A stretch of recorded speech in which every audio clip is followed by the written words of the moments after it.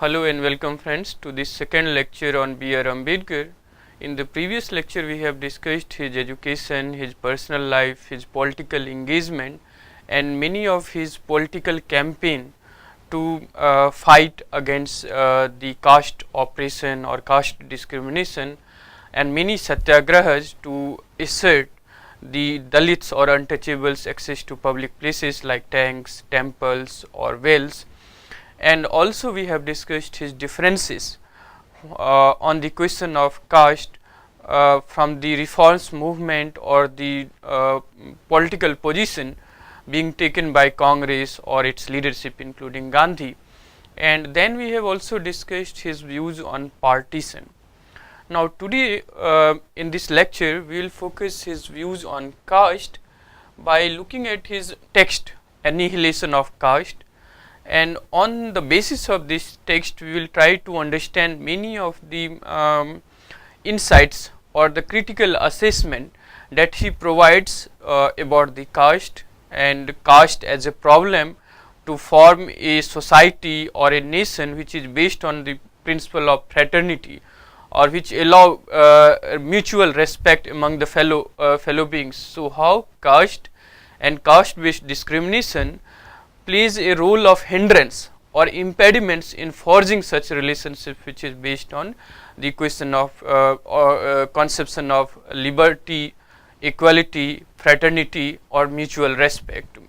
So we will study these from this text, and also we will try to understand his difference from Gandhi, and the role of such differences was not a kind of antithetical to each other, but they also shared a lot of common vision or similar visions for the future of India that we will also discuss by concluding this lecture. So to begin with his views on caste, and the two quotation I have cited here is from the original text he wrote in 1936, which is titled as Annihilation of Caste. So in this text he quoted Buddha and writes, "No truth as truth and untruth as untruth." This is the toughest task for any individual, political activist or a thinker to identify, to understand or to recognize truth as truth or untruth as untruth. So this is the intellectual task or responsibility of any individual to understand or to examine or to identify the real problems, the root cause of such problems and how to eradicate such problems. So Ambedkar do not have a kind of philosophical or philosophical in the sense of merely speculative exercise about the caste issue and how to reform it and how to solve the caste and untouchable problems. He was having a very rational approach to first understand the caste and what sustains the caste, what is the root cause of the reproduction of this caste based discrimination in everyday life, and what could be the effective solution to the caste system. So he was then not a kind of mysterious or a kind of skeptical approach towards the social problem. So he in my assessment by this quotation mean the responsibility of a thinker or an individual political activist is to understand what is truth and understand it as truth or untruth as untruth. And the second, which comes more closer to his approach towards a lot of social and political problems in India, and also the solution that he was providing from the Drummond quotation, that is, he that will not reason is a bigot, and he that cannot reason is a fool, and he that dare not reason is a slave. So the reason or rationality is the very basis of thought or understanding for Ambedkar, and he categorized different kind of individuals on the basis of their capability or their use of reason among the bigot or a fool or a slave. and therefore in his understanding of social problems or social challenges in India, he wanted to have a rational or logical approach to understanding or identifying the problem, and then providing a rational or logical solution to overcome it or to forge a relationship which will allow India to develop or emerge as a nation based on the principle of fraternity and equality. So the question of region remains very crucial to his political and social thought. Now if we come to this text on Annihilation of Caste, this text was prepared basically as a lecture or as an address to the annual conference of Jat Path Todak Mandal in Punjab. So in 1936, Ambedkar was invited by the Jat Path Todak Mandal, a Hindu caste reform organization based in Punjab, to deliver the presidential address at their annual conference. When Ambedkar sent them the text of his address, the invitation was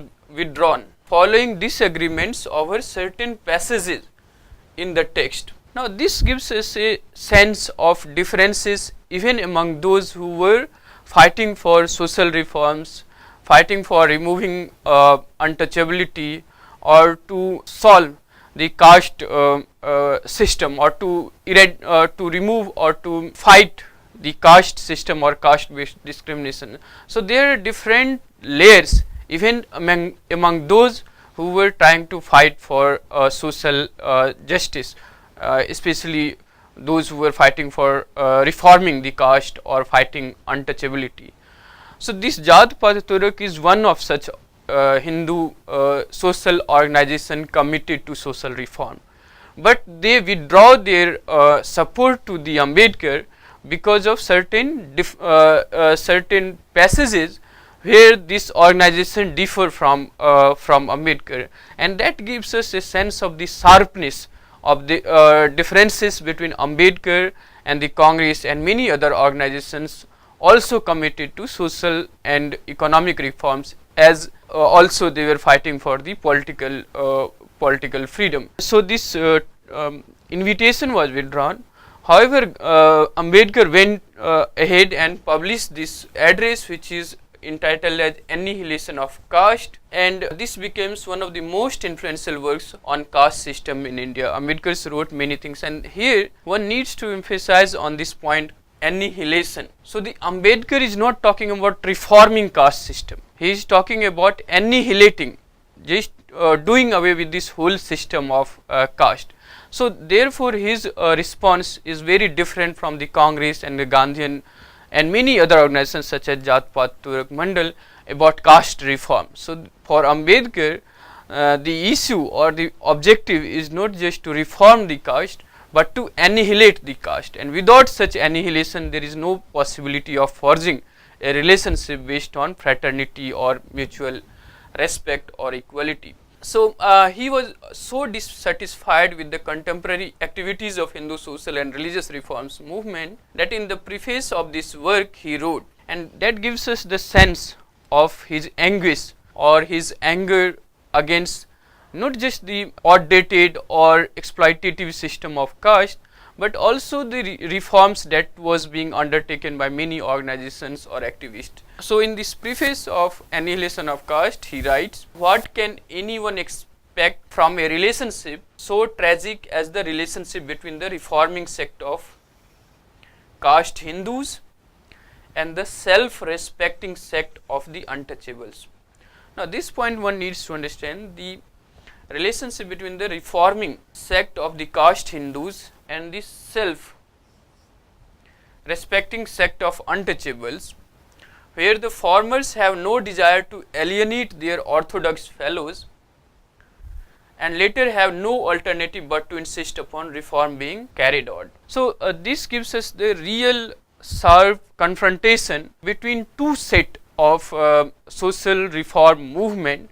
One is led by caste Hindus trying to reform the caste and yet not willing to alienate their orthodox elements. So you might have heard about the initial decades of Indian Renaissance, where there is emphasis on social reforms, religious reforms, gender reforms, or providing education to the women, reform in the family, but these are not extended to reform the whole structure of caste, which reproduces differences, which is exploitative, or which subjugate or which exploit and oppress the vast number of untouchables.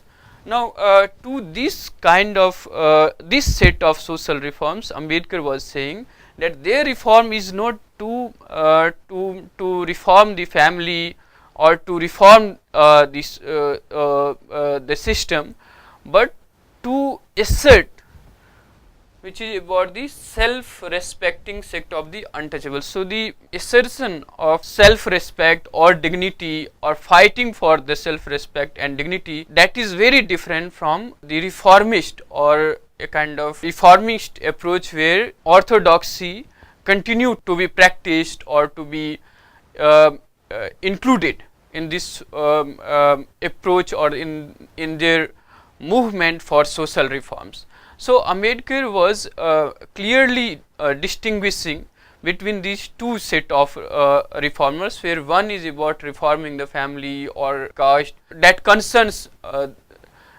their lives or their collective self, but the other hand, the movement that was being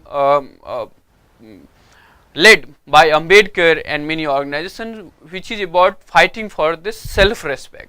So, the question of reform to contain or to continue with the orthodox elements or to include the orthodoxy, not to alienate them, that is being practiced by many organizations or groups. On the other hand, Ambedkar was promoting or leading a movement or identifying the movement which is about asserting the self-respect, fighting for the self-respect and dignity, and therefore the two is often at loggerhead with each other, and Ambedkar is focusing more towards these social reforms. At this point, one also needs to understand that when we were fighting for the political independence, and I have been referring to this again and again in my previous lecture, that there is a kind of shift in our anti-colonial struggle, where we have started from social religious reforms movement, but then the priority was shifted to political independence and political freedom first, and then it was being thought out by many leaders or groups that political freedom can also be achieved first, and we should all come together to fight for our political freedom. The social reforms and other things we can tackle later on once we achieve the independence. But many people, or Ambedkar in the next lecture when we will discuss his views on liberal democracy and constitutional morality, will see that how he continued to argue and caution the constitution maker that political independence or political democracy without social and economic democracy will be meaningless. It will not work for long, and so many leaders and groups were arguing about simultaneous or continuous focus on or fighting for the social reforms or the social hierarchy that was there. So, here in this slide one gets the sense that for Ambedkar the objective is not just to reform and continue to include the orthodoxy and orthodox element in the society, but to annihilate, but to remove this whole, eradicate the whole system of caste and caste based discrimination. So, in Annihilation of Caste, Ambedkar probably for the first time raised many profound questions about the caste system or regarding the caste system. The caste system is governing principle of Hindu society. So, every sphere of life from birth to death, in social to economic to religious to culture to political life of Hindu society is by and large governed by the caste, and these castes are unequal in ranks, and these inequalities deeply disturbed Ambedkar, and he himself was subjected to such discrimination and humiliation based on caste discrimination. So, he was deeply disturbed by such differences or humiliation, and that compelled him to strongly criticize Hindu society, and also he gradually developed critique of Hindu religion as such. So, for him Hindu religion or Hindu society is a sick society in many ways, and it is interesting that when many people argue about the continuous existence of Hindu civilization for millennia, for Ambedkar that is not heroic. If society which cannot treat its own fellow members with respect, with dignity, and continue to reproduce differences and treat others with contempt, that kind of existence for Ambedkar is simply disgusting or not acceptable, and certainly not something which one can celebrate. So, he gradually developed his criticism, and later on he, as we have discussed in our previous lecture, converted to Buddhism because of his hope, or any hope that he might have had about reforms or reforms within the Hindu religion to eradicate or annihilate caste.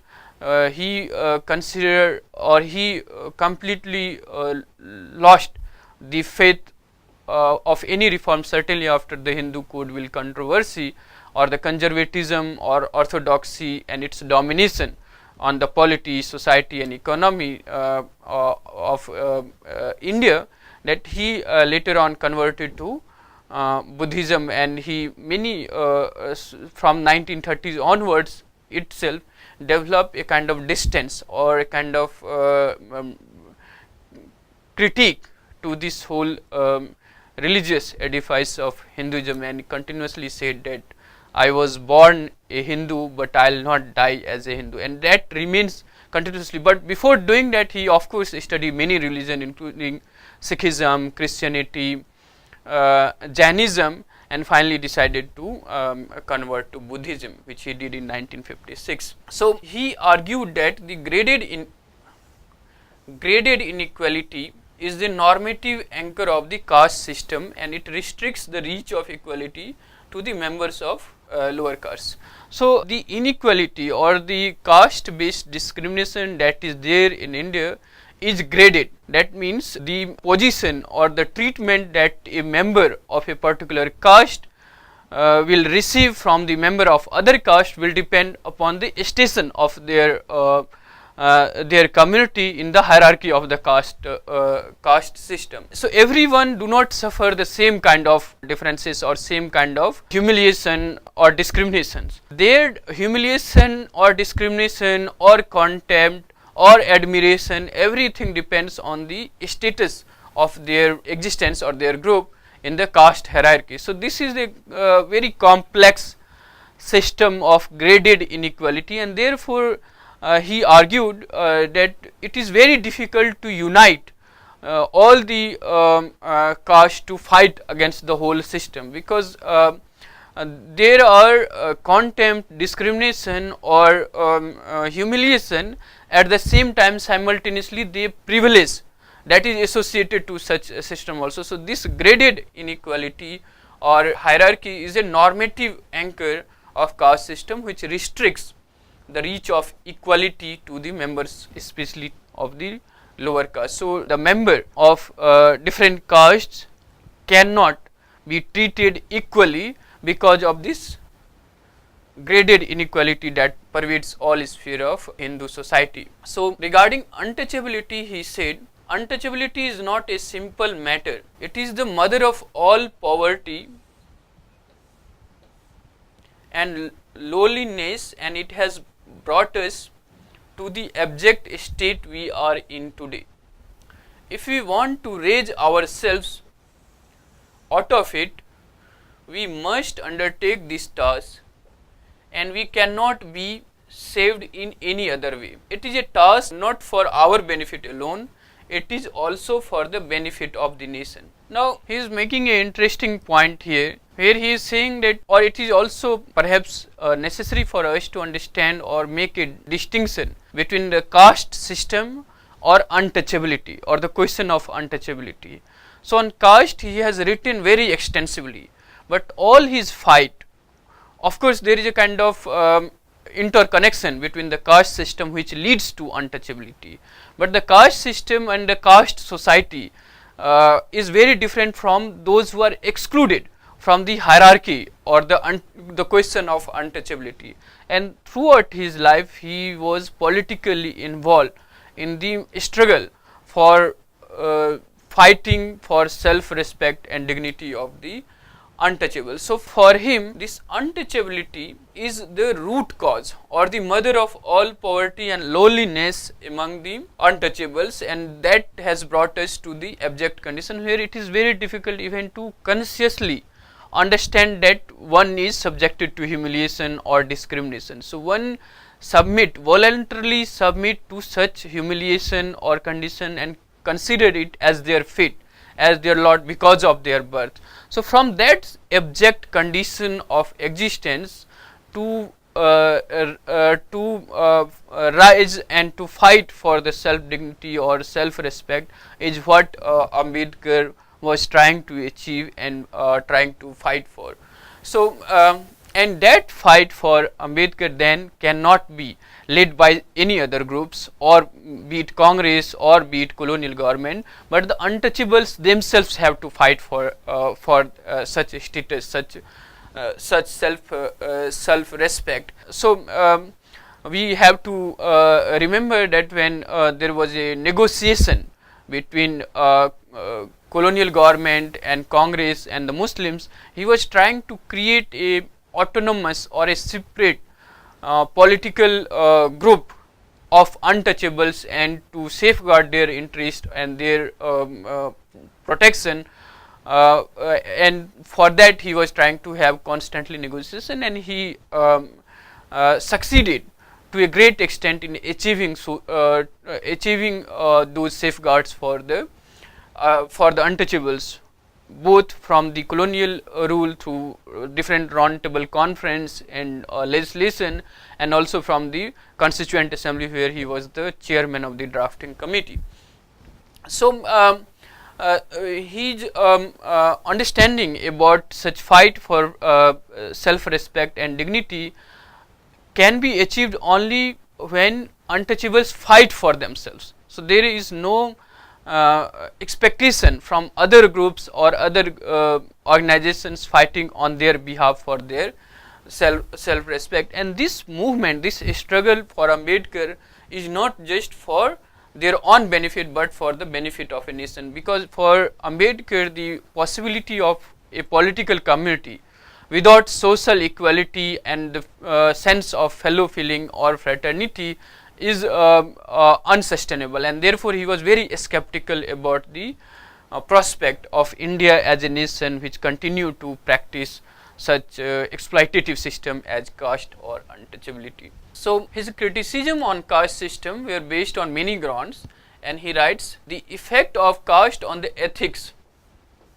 of Hindus is simply deplorable. Caste has killed public spirit, and this is something about the celebration of India's existence for millennia. But there is a obstruction, there is a restriction of public spirit or coming together to fight when there is a external invasion or there is a common challenges for the whole society, which is prevented, obstructed in India because the practices of caste which does not allow such public spirit or the common solidarity to emerge in the first place.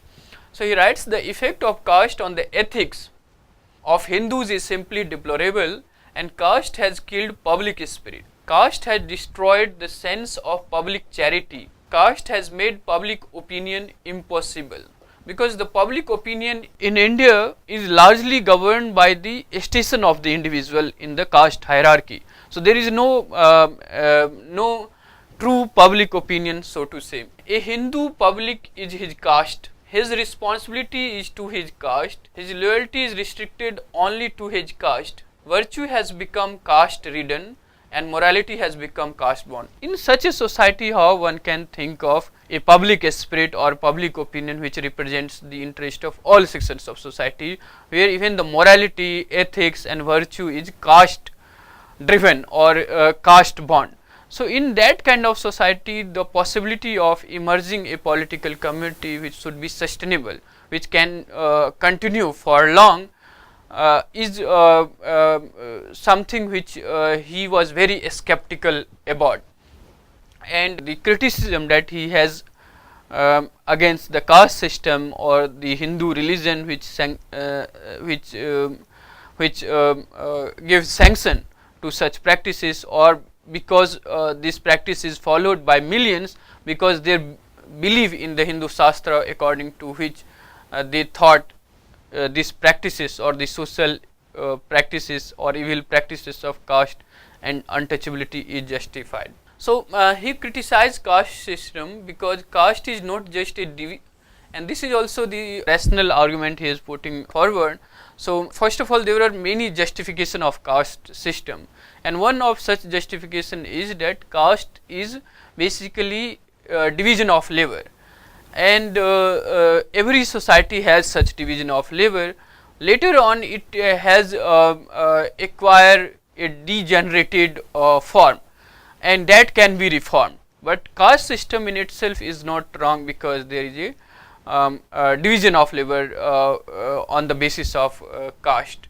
So he criticized such arguments and argued that caste is not just a division of labor, but it is also a division of laborers, and said it is pity that caste even today has its defenders. So as many people were defending the caste system, the caste is not merely a division of labor, it is also a division of laborers. Civilized society undoubtedly needs division of labor, but in no civilized society is division of labor accompanied by this unnatural division of laborers into watertight compartments. So the caste system is not merely a division of laborers, which is quite different from division of labor. It is a hierarchy in which divisions of laborers are graded one above the other. So that's the inequality or the discrimination based on caste is not one to one and one universal which is applicable to everyone. It is graded depending upon the station of one's life in this hierarchy, one over the other. In no other country is the division of labor accompanied by this gradation of laborers.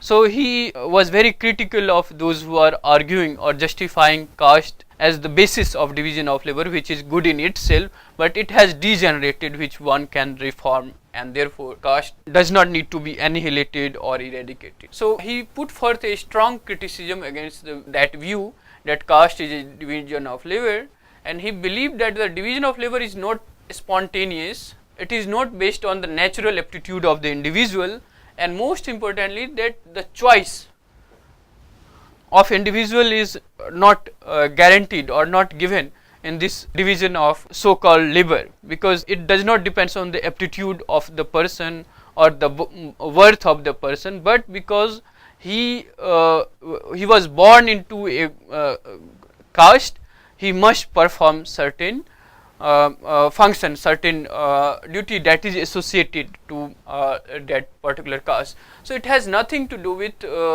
the aptitude of the individual or the choice of the individual, where that individual is comfortable or efficient in doing such work or some other work. So in this caste based division of labor, so to say, the question of aptitude or choice is simply absent. He also argued against the rigid caste boundaries. He realized that each caste is assigned boundaries so that each one may at once be recognized as belonging to its particular caste. So there is the rigidity in this caste system, where everyone is his role or her role is fixed according to his caste, and that started from Brahmins. It was followed by the lower caste and further lower down the orders, and so every caste becomes a kind of closed groups in itself, and their role was fixed, and there is no possibility of ever coming out of such conditions or such status. So for a caste system, to operate or to shape the everyday life of Indian, it is the notion of purity and pollution which reproduced caste in everyday lives of Indians. And in this regard, Ambedkar, using Bhandarkar's paper on foreign elements in the Hindu population, argues that considering the racial intermingling throughout the human history, it is delusionary on the parts of many caste Hindus to think about their caste as pure and free from all the foreign elements. So, this basis of caste discrimination and caste hierarchy, which rests on the notion of purity and pollution, is punctured by Ambedkar, where he is using Bhandarkar's paper on foreign elements in the Hindu population to argue that it is delusionary on the part of caste Hindus to think of their caste as pure and free from foreign elements, considering the racial intermingling throughout the human history. So, he stated that Hindu society was a collection of castes fixed in watertight compartments with graded hierarchy that made an associated corporate life virtually impossible. So, the argument against the caste and caste discrimination is based on this understanding that it obstructs the growth of associated corporate life impossible in Hindu society because of this graded hierarchy and watertight compartmentalization of different castes and their sectarian living. So, the morality and ethics or the norms of public life is shaped by the particular caste and communal identity, and not really a kind of free associational living which can help in constructing a progressive forward looking society in India. So, Ambedkar argued that caste prevents Hindu from forming a real society or a nation where everyone, each member is treated equally, and caste has completely disorganized and demoralized the Hindus. He writes, in every Hindu, the consciousness that exists is the consciousness of his caste and not the whole society as such. So, it divides, and it divides not just in social and economic sense, but also in psychological, emotional and moral and ethical sense. So, the consciousness or the conscience that or ethics that a individual Hindu carries is the conscience, consciousness or the ethics of his particular caste or her particular caste, and that is the reason why the Hindus cannot be said to form a society or a nation. So, this is the biggest hindrance according to Ambedkar in forging a national identity or a collective identity among the Hindus. So, this way Ambedkar painfully stated the worst feature of caste system as anti-social spirit. It does not allow to form a collective identity. So, he argued that caste is a powerful weapon for preventing all reforms, as the law gives each caste an autonomy to regulate its membership and punish dissenters with excommunication. So, the social boycott or excommunication was very prevalent in India to punish those dissenters and those who were arguing for any social reforms. However, at this point one also needs to remember the struggle against the caste system or caste hierarchy or the priestly class is not new.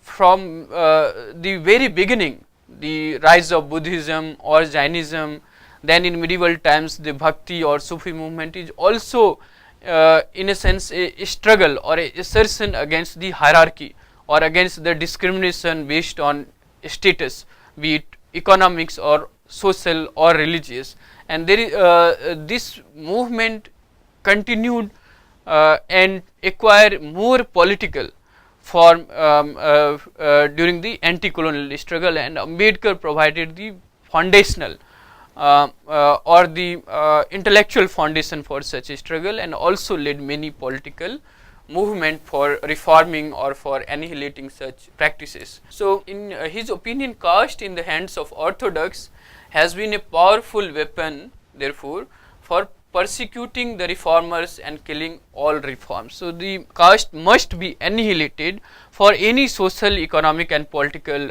reforms to happen, because without such annihilation no reforms is possible. In fact, it provides a kind of weapon in the hands of orthodoxy to prohibit all kind of reforms or punish all kind of reformers.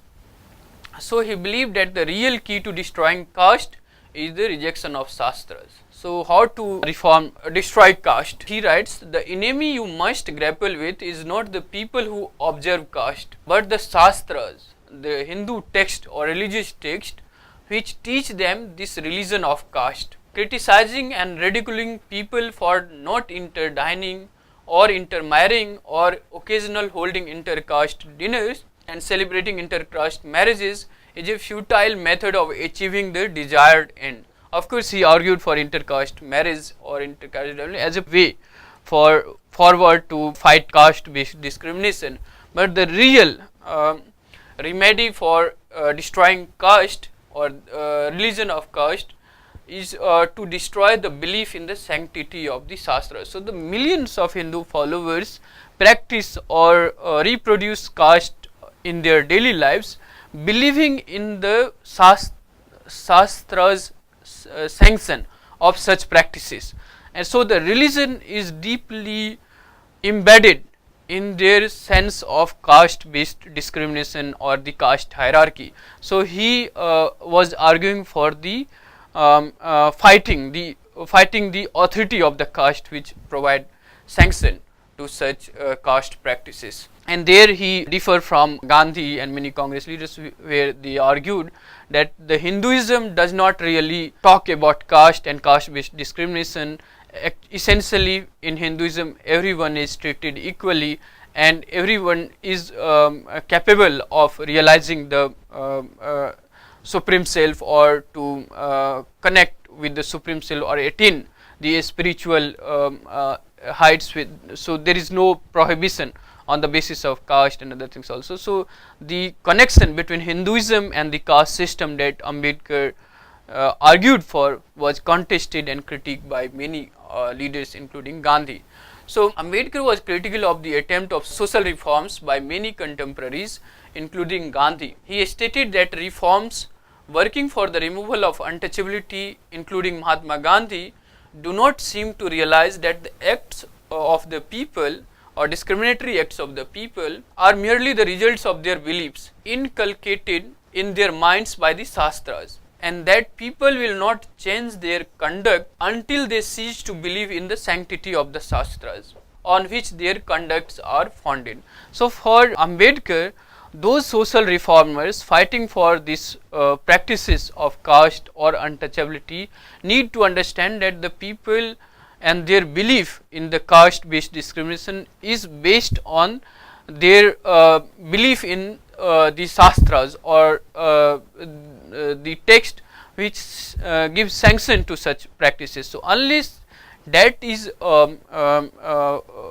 destroyed or that is fighted, there cannot be change in the conduct of the people, even when many reformers themselves in their individual life free themselves from the caste based discrimination. But for the millions, their practices is governed by their belief in the religious sanction of such caste practices. So he also felt that the prohibition in the Hindu religion against intermarriage, interdining, interdrinking or social intercourse have been said to show people of unequal ranks their actual status in the society. So the caste is something which actually produced and reproduced in everyday life. When on the question of marriage is the most important way to maintain the caste exclusivity to prevent any kind of intercourse between or among different castes.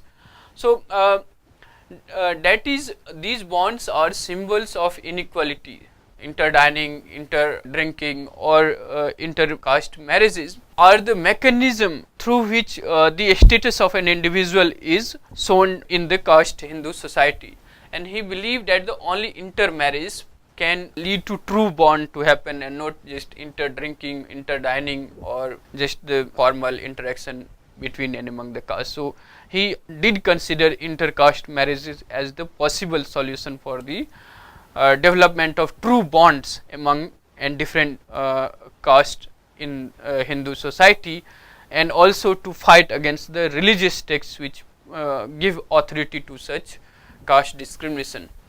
So he believed that a true religion, therefore one also needs to understand that he is not against a religion. He is against, so many people may have this sense that Ambedkar is fighting the religion.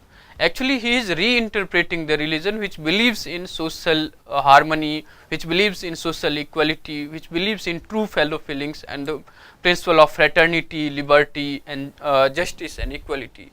So he believed that a true religion cultivates responsibility for one's action. A religious act may not be a correct act, but must at least be a responsible act. To permit of this responsibility, religion must mainly be a matter of principles only. It cannot be a matter of rules. The moment it degenerates into rules, it ceases to be religion, as it kills responsibility, which is the essence of truly religious act. So he argued that Hinduism is nothing but a set of rules that governs the everyday lives and not a matter of principle, which is about the responsibility of individual towards self, towards the other, and not just a set of rules which governs or dictates the everyday lives and choices of the individual. And he founded a lot of doctrinal cleavages within the Hinduism, and that's why he gradually developed a criticism against the Hinduism or Sikhness, identified the Sikh practices within Hinduism and lost all hope in reforming such religion also. Now to study this Gandhi-Ambedkar debate, we find that Ambedkar studied Gandhi very closely, and especially the Gandhian intervention, the overall mass mobilization that Gandhi led, and therefore from 1920s when Gandhi was leading the mass movement and giving a kind of combined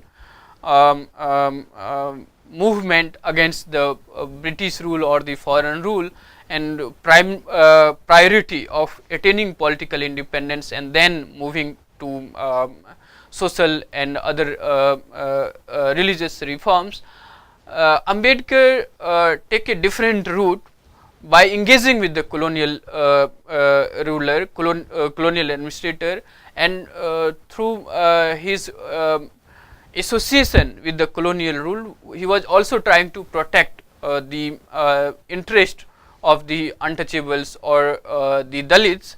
At the same time, when he was also involved in many satyagraha or many non-violent agitational politics for the assertion of self-respect and dignity of untouchables within the Hindu society. So these two figures, Gandhi and Ambedkar, is very interesting to understand their visions, and in fact Ambedkar's views and his politics did influence Gandhi's from 1930s till his death in 1948. He continuously tried to eradicate untouchability or social discrimination based on caste, and he called them Harijans, and he was equally perhaps involved in this eradication of caste and in the question of untouchability as well.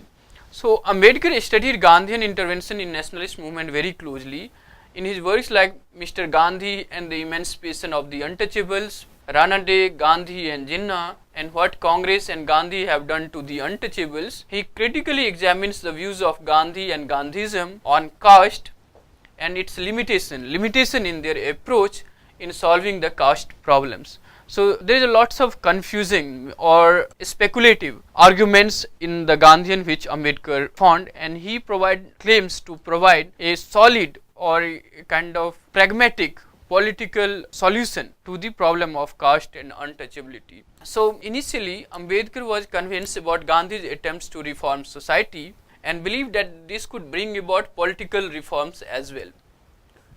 However, he became skeptical towards Gandhi when he felt that Gandhi succumbed to the pressure of orthodoxy and placed the untouchables at the mercy of caste Hindus. So, the changing of heart or the kind of politics Gandhi followed led Ambedkar to question or interrogate his methods and politics about social reforms, and especially to protect the interest of untouchables or Dalits.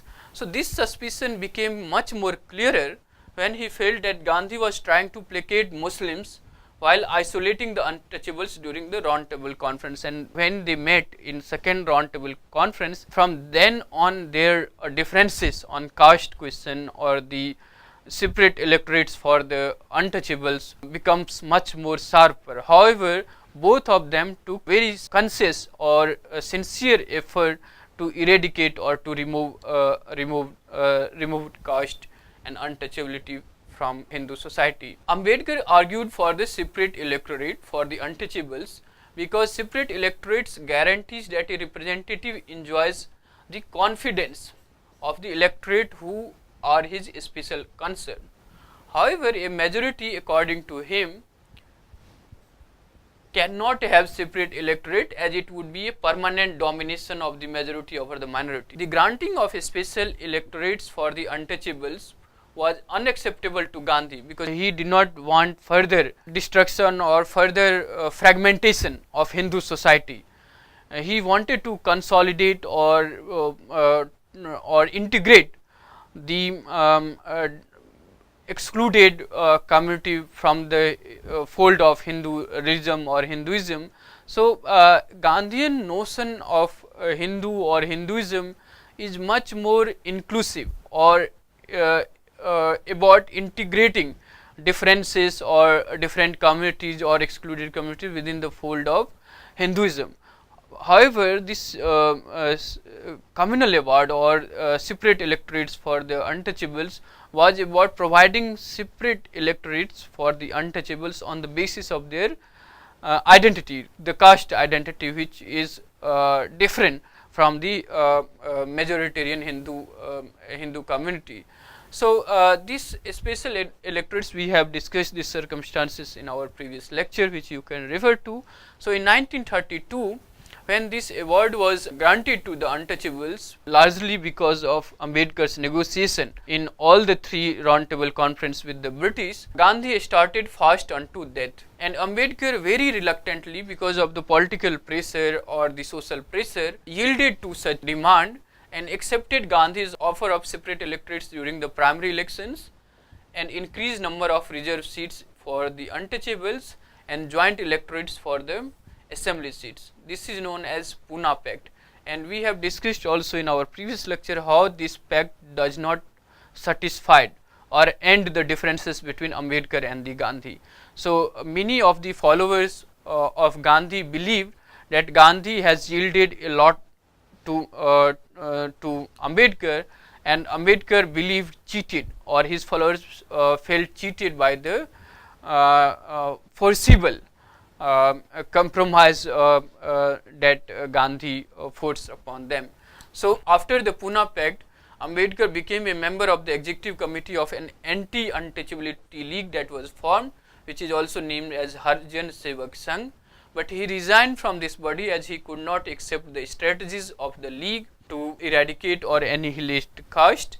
And after 1933, Ambedkar fought a relentless battle against Gandhi, although they continue to share a number of concerns in common, which we will discuss. So, from this time on, Gandhi and Ambedkar pursued distinctly separate paths, Gandhi giving the name Harijan, people of God, to untouchables, and from 1930s he is equally or perhaps more active in the social and economic sphere than in the political sphere. So, Gandhi giving the name Harijan to untouchables and pleading with caste Hindus to abolish untouchability. So, there is a kind of pleading or a kind of request for change in heart to remove untouchability or abolish untouchability. For Ambedkar, it was a political fight. It was a legal political fight which cannot be achieved merely by appeal or pleading to the caste Hindu who are privileged or who are beneficiary of such exploitative system of caste discrimination or untouchability. So therefore he formed a political party, and the party attempted to abolish hereditary discrimination in village economic structure and also question the term Harijan. For Ambedkar, untouchable is someone who is broken, or Marathi word as we have discussed for Dalit that he used is about someone who is broken and broken in spirit to fight even for their self respect. And this is the greatest contribution of Ambedkar perhaps, to develop the consciousness or a sense of empowerment among those communities who were in such a submissive state that they were not even conscious of their discrimination or or the constant humiliation. So he was very critical of this term, which is Gandhian term, and that is Harijan. So one of the elements of Gandhi's attitude that disturbed Ambedkar the most was his idealization of Chatur Varna system or Varnashrama dharma in Gandhi. Gandhi believed that all people could be classed according to occupation of equal dignity within the four broad rubrics of Brahmin, Kshatriya, Vaishya and Sudra, and untouchables can be included within the classical Varna, which falls outside the Varna system should be included as Sudra. So for Gandhi, these divisions between four Varna and his differentiation between Varna and caste is something which Ambedkar found very confusing or very problematic to understand the problem. So, however, for Gandhi, such divisions are not necessarily exploitative because it is about occupations, different occupations as such. So, so he thought these occupations of all kind are equal in worth, and he has experimented in many of his ashrams, but largely outside his ashrams in the everyday lives. The people do not have same respect or mutual respect to all occupations. So in India there is a kind of contempt towards the lower occupations and those who are involved in a particular occupations, unlike Gandhian belief of equal respect or equal dignity to all occupation, which is the his justification for Varnashram or Chaturvarna system. Ambedkar found it very problematic, in fact disgusting in his assessment. So this of course was unacceptable to Ambedkar, and he argued that the reorganization of Hindu society on the basis of Chaturvarna is harmful, and that the Hindu society must be reorganized on a religious basis which recognizes the principle of liberty, equality and fraternity. So Ambedkar studied the caste system and critically analyzed the justification it receives from Hindu scriptures. His thought does not deal merely with removal of untouchability, which was but one part of anti-caste movement.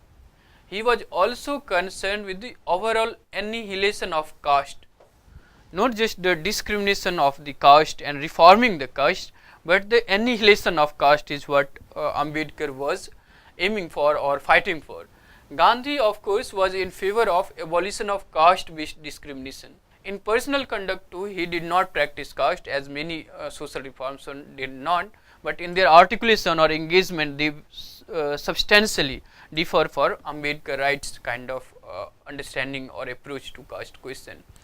But he intended to emphasize more on the question of untouchability than on the caste system as a whole. Gandhi tends to search possible areas of cooperation and integration of the caste, whereas Ambedkar was trying and fighting for the annihilation of the caste. So it is interesting to see how Gandhi and Ambedkar negotiated with tradition, and their difference are sharp here as well. So Gandhi engages in a creative dialogue with tradition. He tries to find out the element of truth in tradition and emphasize on those truths. In many cases he attached new meanings to traditional symbols, and he gives an impression that he is asking for nothing new in substance, but for the continuance of order. So even the Satya, Ahimsa or the vocabulary that Gandhi used in a new way, inversing a lot of their logical or intellectual space in the tradition, and he inversed that to suit the politics of the modern times or the mass mobilization that he was leading. So Gandhi tried to have a kind of constructive dialogue with the tradition or find the elements of truth in those tradition and trying to revive those truths in the modern politics. Ambedkar, on the other hand, was in search of the ideology that justifies such exploitative systems such as caste. He felt that tradition was this ideology. Injustice based on caste could not have continued unless it was legitimized by its tradition. He also believed that the tradition of Hindu society was predominated by Brahmanical interests. As such, he could not ignore the role of tradition in situating caste as a moral code of Hindu society.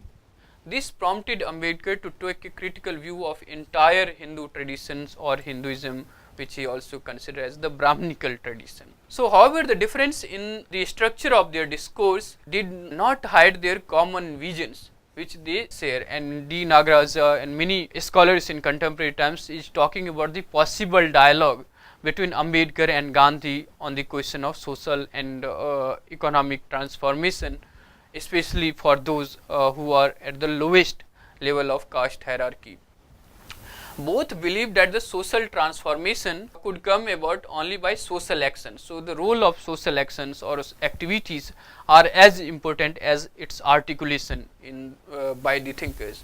So, therefore, they relied heavily on mobilizing people or public opinion against such injustices based on caste. Social actions pursued by Gandhi and Ambedkar were for them both democratic. It was in the form of popular struggles. Gandhi many times appeared to be favoring compromises and avoiding conflict. So, the Gandhian politics was about popular struggle, which many times favor compromises over conflict or confrontation. Ambedkar too is seen by many, even by his followers, as a supporter of non-violent protest or politics or agitational politics to assert the self-respect or the dignity of the untouchables. So, the Ambedkarite critique of Gandhi is centered on the latter's fast unto death in opposition to MacDonald Award or separate electorates for Dalits. However, this act had two different criticisms. In the word of Gopal Guru, the critique leads to two opposing conceptions of this act. The male Ambedkarites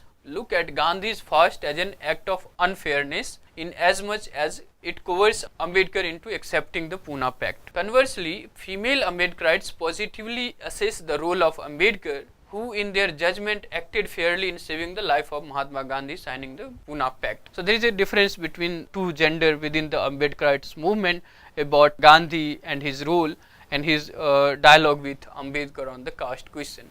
And therefore, Gandhi-Ambedkar debate remains crucial to understand the political philosophy of these two great philosophers, whose ideas help in shaping the public and political discourse in contemporary India. One should also understand that Gandhian and Ambedkarites discourse are not antithetical. It should be Ambedkarites.